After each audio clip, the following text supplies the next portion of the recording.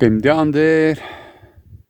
This road is rough, big rocks and stuff, so you can't go too fast because I also don't know the terrain. There's that mountains I showed you. Here's the bigger one.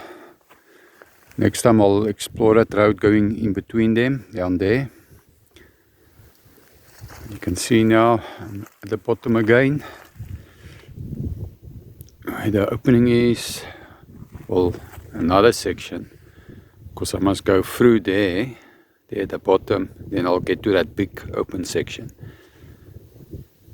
And you can hear the Eland River running here, Eland River. And I must go all the way, backtrack my my steps how I came here, because even on the maps I can't see a way through that. There's no way around that.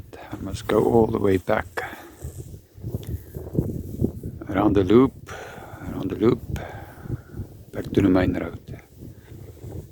Don't know if there's another road there. Maybe. I'll see. But the weather is changing quick.